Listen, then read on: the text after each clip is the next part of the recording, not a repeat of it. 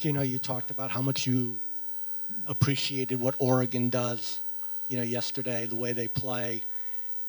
Seeing it up close and personal, was it even more impressive than you thought it would be, or exactly what you thought it would be?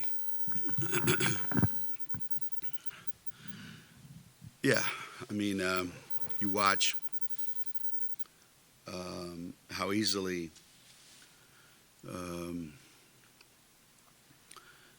they accomplish some things, and it's reflection of a really well coached team with really experienced players, and they know who's supposed to get the ball, and they know when and where they're supposed to get it, and they're smart defensively. Yeah, they're all the things that a team at that stage of their program, they're everything that they should be. And they came in here and did something that very few people have been able to do. And during that first quarter, it was it was evident that physically we couldn't match up with them tonight. Plain and simple.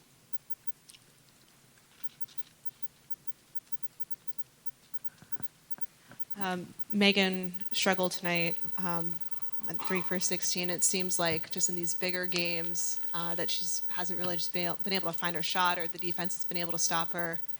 Can you just kind of talk a little bit about that and how what you need to see from her moving forward? I mean, what can you say? When two really good teams are playing, there's a couple players on their team that have to play really, really well and have to make shots, and there's a couple players on your team that have to play well and make shots, and theirs did tonight, and ours didn't. Why is that? It's probably not an easy answer, but yeah, if Meg wants to be what I think she can be, then yeah, she needs to make those shots in these games, for sure. When you beat Oregon in the Elite Eight a few years ago, you talked about Kelly's on the right track. Matter of time until they make Final Fours. Obviously made a Final Four last year. Yeah. You see where they are now, obviously, not just this year, but with a huge recruiting class coming in next year. You have obviously one of your own, and UConn is what it is. I'm just wondering how you see the two programs at this point relative to one another, just in the big picture. I mean, there's a lot of good programs out there today, and they've certainly made the most progress quicker, probably, than anybody else. And I don't, like, as you said, I wasn't the least bit surprised. You get a generational type player like Sabrina, that kind of changes accelerates the process, so that's remains to be seen what happens after that. And not that, the a player like that's not easy to replace. And yet at the same time, what Kelly's doing up there and the way they're building is not going to be dependent on one player. But one player can make you, as I know, trust me. So they're, they got a lot of things going for them, and they got really good, really fast, and they're not going away. They're not going anywhere.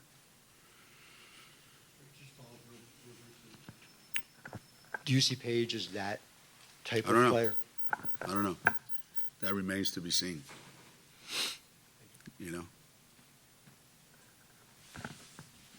Hi. So I'm just wondering, with a game like this where there's such an easy headline, because of the record-breaking loss, what do you tell your players to kind of just help them not look at that and not think about that? Actually, I tell them they should look at that. Like, I'm not one of these, people that thinks if you avoid looking at something, it makes it go away. It's not my job to make them feel better right now. My job is to be realistic with them and say, pick up the paper tomorrow, go on social media, read about what happened, see what happened here tonight, and then deal with it. Plain and simple. You were part of it. Can't pretend it didn't happen, and you can't pretend you weren't a part of it. You were a part of it. Because if we'd have won that game, you wouldn't, you couldn't wait to read about how great you were. All of us. So, yeah, I'm not one to ever hide kids. Kids play games, and sometimes you win, sometimes you lose. And when you win, everybody wants to feel great, and everybody wants the adulation that comes from winning. Coaches are the same way.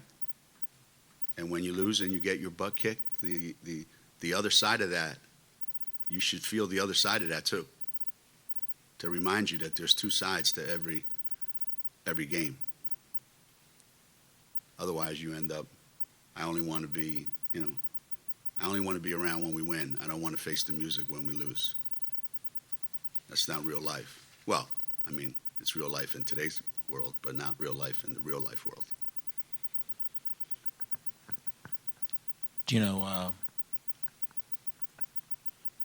you wore a Kobe Bryant shirt today, obviously, for reasons. Just talk about that for a second. What made you want to wear that to honor him before this game today and during the game? I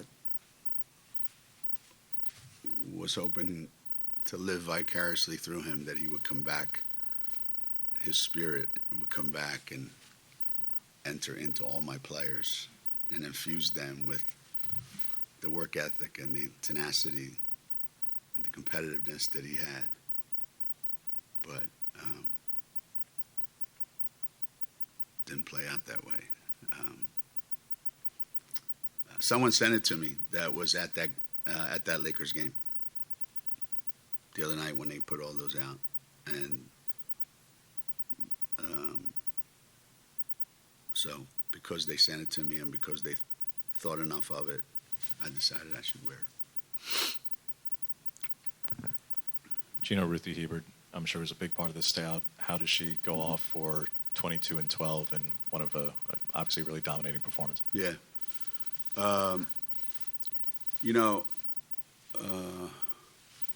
love when I hear the people say, she can only score from like 5 feet. That's like saying, I remember Bob Cousy could only go right, but nobody could keep him from going right.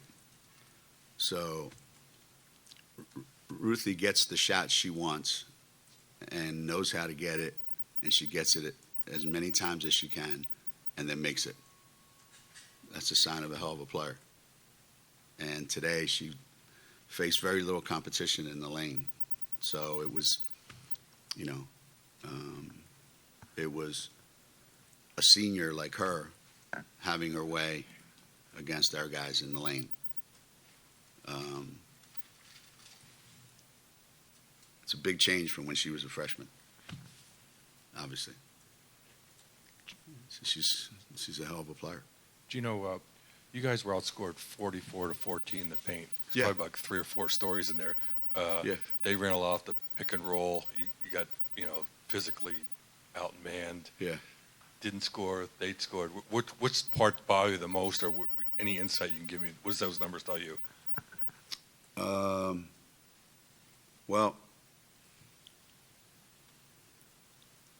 to really be honest, one of the most difficult things in basketball to defend is a really, really, really good post player that knows how to play with a really, really good guard that knows how to play. And when the two of them are in a pick and roll and they both make the right decisions at the right time because they've been doing it so long together, like Stockton and Malone, that kind of thing. So you say, well, what's the right defense for that? Well, you hope they miss.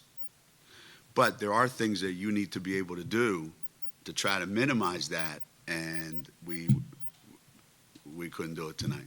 We were out of position. We were late. We made the wrong moves a couple times. And they're so good, they took advantage of every mistake we made. I mean, it's a fact of life. We're not going to be able to score a lot of points in the lane. We just aren't. We just don't have that capability right now. So, I said going into the game that if we could hold them to, they make 9 a game, I think. Yeah, I think they make 9 a game. And I thought if we could hold them to like 3 or 4, and we could make like 15, we would have a chance. But, they're just too good. And their big kids are just too good. Hebert and Sabali are too good for us. We don't have anybody at that level right now. We don't. And we certainly didn't have anybody at that level tonight. Just going back to the Bryant shirt, you mentioned how you got it and the significance. What do you do with that now after this game? They told me I have to send it back. I had one shot at it, they said. They want it back. So it'll be in the mail tomorrow. Unfortunately.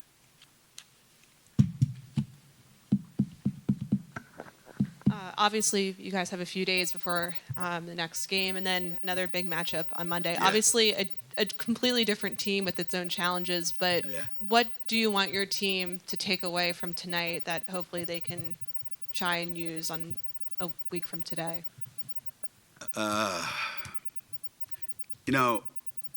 We, I think the times that we play really, really good defense, we can't get any points. We can't get any shots to drop. And then when shots don't go in, we get another stop and we miss again. Then we get another stop and we miss again. And then the third or fourth time, the same shots are open and now they won't take them because they're afraid to miss them. That's really immature, That's the sign of a really immature young team. They don't want to miss. So I asked them one time during timeout, I said, we're trying to do the impossible. We're trying to win without scoring. I've never coached a team that could do that, win without scoring. Then when we can get some baskets, we can get some buckets, we can't get stops at the other end. So we're not in sync. We're against the really, really good teams like this, like we've played this year, a lot of the really, really good teams that we've played. Every time we make a mistake, they take advantage of it. And we have to play more of a flawless game, and we haven't. And we need to be tougher. That's the bottom line. We're not big enough, so we need to be physically tougher. And we're not. And Friday night against Memphis, that game was a pain in the butt down in Memphis, and it won't be easy up here. And then Monday night at South Carolina, they've never beaten us. So what do you think that atmosphere is going to be like? So what do I want them to take out of this? Helmet and chin strap. Because they're going to need both. Geno, what are your feelings about Anna and Aubrey? Tonight's learning experience for them against a bunch of seniors. You're going to get what you're going to get. It's going to, Anna's getting there little by little every game. And there's going to be ups and downs. And Aubrey gives us stuff that we need on the floor. We just have to polish her up a little bit on the offensive end because that's a little bit of a struggle right now on the offensive end. But on the other end, she gives us some things that we need. She has some of that. But we've got to get a little bit more out of her on the other end because otherwise it's a wash, We need her to be more productive on the offensive end. That'll come. Geno, in 2007, Sylvia Fowles dominated Tina Charles. Yeah. And Tina took that picture and kept it in her locker room for the next few years. Is this something that Olivia has kind of that mentality where she can take and learn from this and use it as motivation? Do you have those kind of guys on this team that can do that? No, but you can ask her. You'll probably get a chance to talk to her in a minute, but I would hope that that would be the case, but I'd be shocked. I don't know that that's the world. I haven't seen it. I hope so, but I haven't seen it. I haven't seen it. Geno, just with Sabrina, she's making dramatically more shots in the paint than she did last year, where she was obviously already an impressive player. What do you see in that game that's developed of hers, and how does your guard do that? How does your guard take? She went from 45% from two last year to she's around 61% this year. How do you do that? Well, one, she's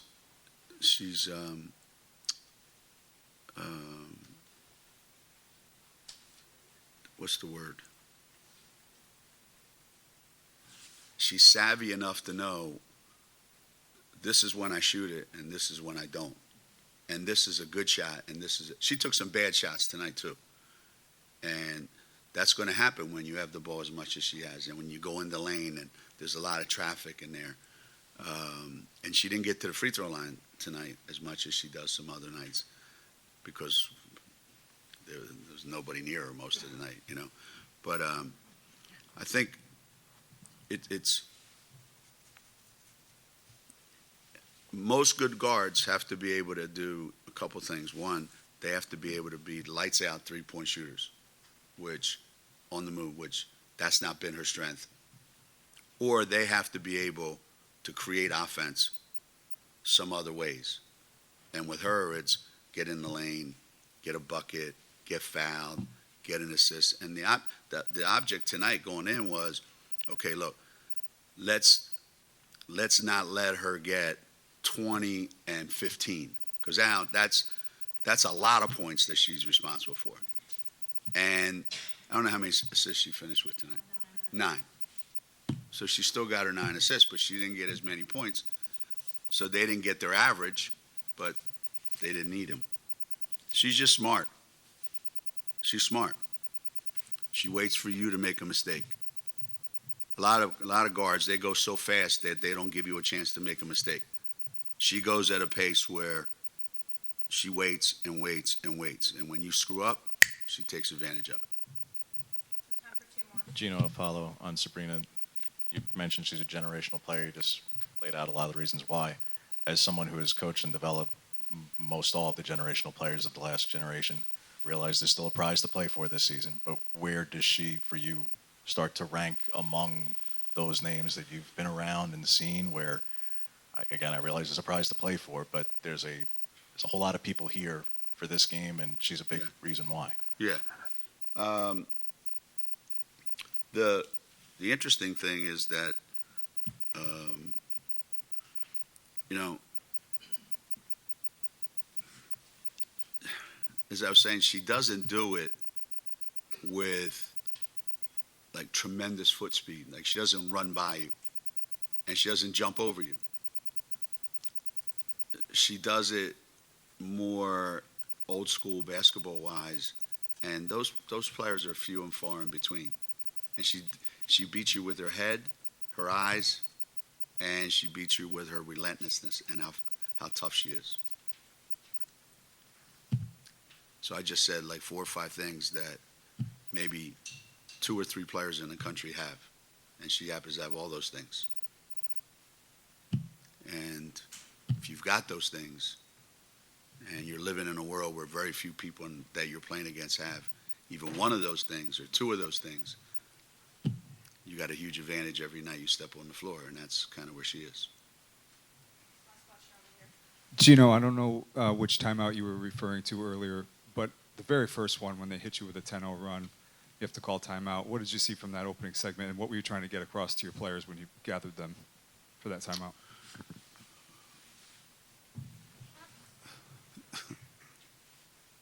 There's just so many things. You know,